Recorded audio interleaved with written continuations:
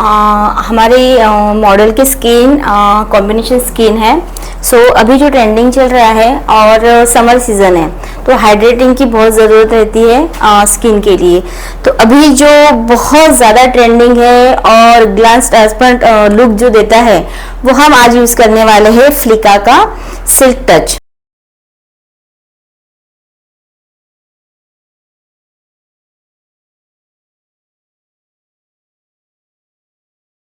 हाँ, हमने क्रायोलॉन का डर्मा लिया है जो अभी समर में बहुत ज़्यादा यूज़फुल रहेगा, क्योंकि बिकॉज ऑफ समर में क्या होता है ना, आप लोग सुप्रा लोगे तो वो थोड़ा ऑयली आता है और डर्मा जो है वो थोड़ा सा थिक में आपको मिलेगा, तो आप बहुत अच्छे से इजीली एप्लीकेशन कर सकते हो।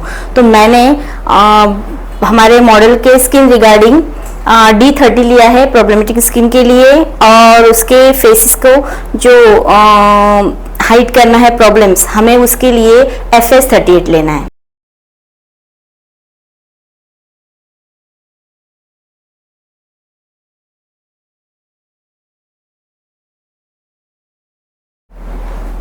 प्रोडक्ट बहुत कम यूज़ करो आप समर में, जितना कम प्रोडक्ट समर में यूज़ करोगे उतना अच्छा आपका जो मेकअप है वो ज़्यादा लॉन्ग लास्टिंग हो जाएगा। तो प्रोडक्ट आप कोशिश करो कि जितना कम यूज़ कर सकते हो उतना कम करो।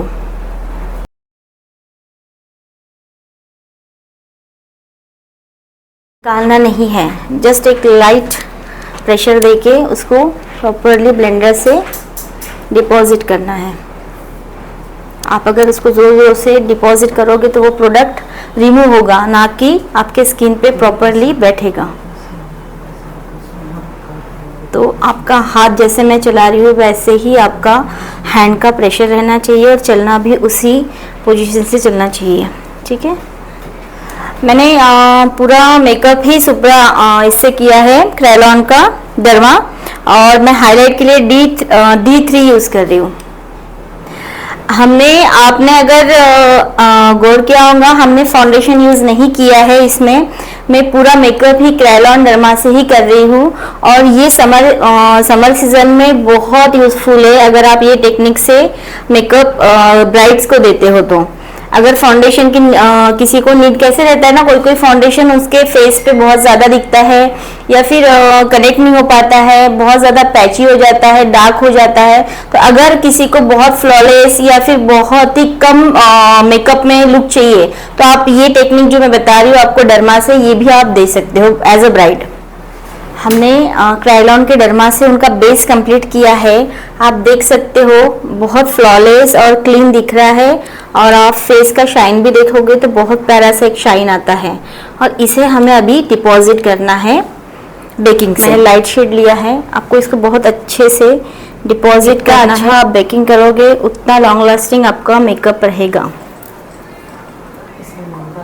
हम जैसे बेकिंग किया, हम कंट्रोल कर रहे हैं पाउडर कंट्रोल। आज मैंने क्रीम प्रोडक्ट्स बहुत कम यूज़ किए हैं, मैं ज़्यादातर आज पाउडर बेस का ही यूज़ करूँ। जो स्टूडेंट्स बहुत ज़्यादा हैवी वैनिटी एफर्ट नहीं करते उनके लिए हम लोग ये बजट फ्रेंडली और लॉन्ग लास्टिंग मोस्ट समर के वेकेशन के हिसाब से, तो ये बहुत अच्छा लॉन्ग लास्टिंग भी रहेगा और बजट फ्रेंडली भी रहेगा, और ब्राइड्स आपकी बहुत प्यारी दिखेंगी आप इस टेक्निक से अगर मेकअप करते हो। तो आप देख सकते हो सभी चीज़ें पाउडर प्रोडक्ट में ही यूज़ किए हैं, क्रीम में नहीं किए हैं, ठीक है।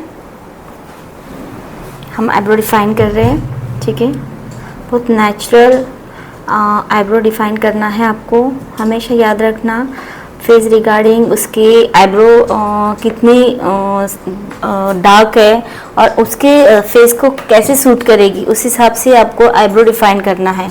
बहुत ज़्यादा शार्प लाइन नहीं करेंगे हम लोग, ठीक है, क्योंकि आप फेस देख रहे होंगे बहुत छोटा सा फेस है, उसका डिस्टेंस आप देखोगे फोरहेड का बहुत कम है, तो उसी के रिगार्डिंग हमको आईब्रो डिफाइन करनी है।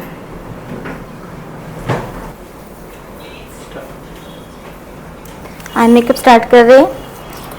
हम बहुत एक नेचुरल लुक देते हैं, जैसे ब्राइड को अभी नीड रहती है कि बहुत आई मेकअप नहीं चाहिए, एक नेचुरली लुक चाहिए, उस रिगार्डिंग ही हम आज मॉडल को आई मेकअप दे रहे हैं। तो हमारा outfit green, pink and white है, तो हम थोड़ा सा पिंकिश में उसको आई मेकअप दे रहे हैं। पिंक कलर में बेस दिया है हमने, एक लाइट शेड में, फर्स्ट क्रीज में पिंक में क्रिएट कर रहे हैं।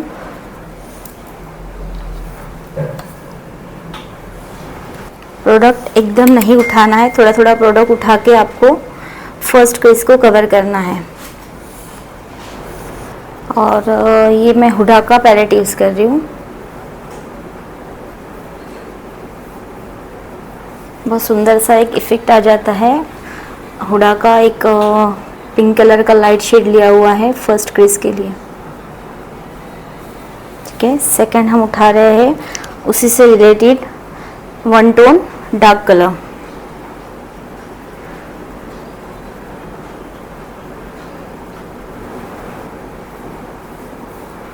और बहुत कम ब्रशेस से आपको आई मेकअप करना सीखना चाहिए।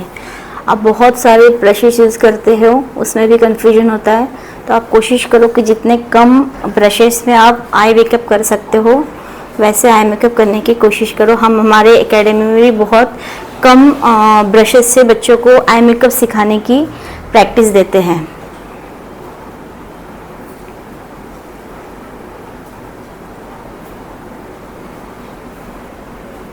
दोनों को मर्ज कर लेना है, दोनों कलर को प्रॉपरली।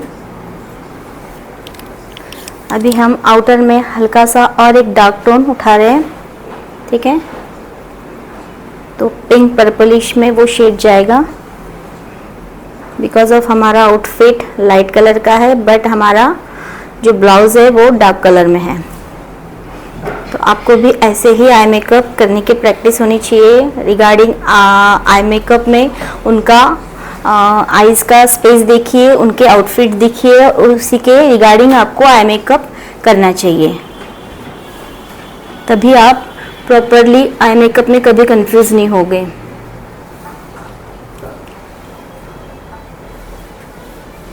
मैं आउटर में डिपॉजिट कर रही हूँ एक डार्किश शेड।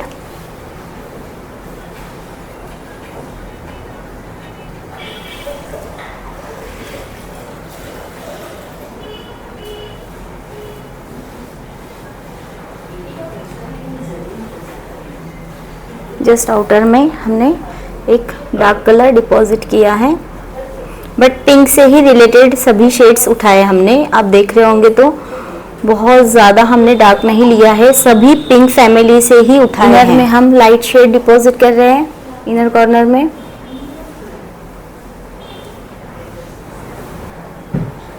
ठीक है, इस तरह से हमने आई मेकअप कंप्लीट किया है। और एक शिमरी इफेक्ट देने के लिए हम हल्का सा गोल्डन कलर यूज़ करेंगे।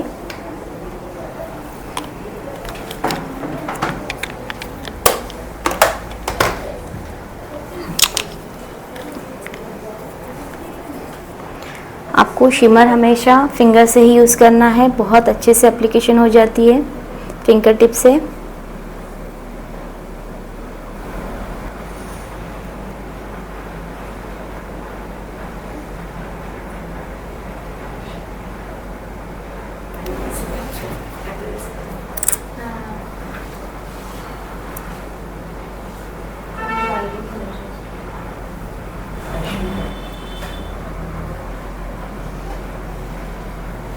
लैशेज भी हमने डन कर ली है। ऑलमोस्ट हमारा आई मेकअप डन हो चुका है। आप देख सकते हो हमारा आई मेकअप बहुत सुंदर सा एक फ्लॉलेस लुक आ रहा है, क्योंकि उनकी आंखें छोटी है और बहुत सुंदर सा।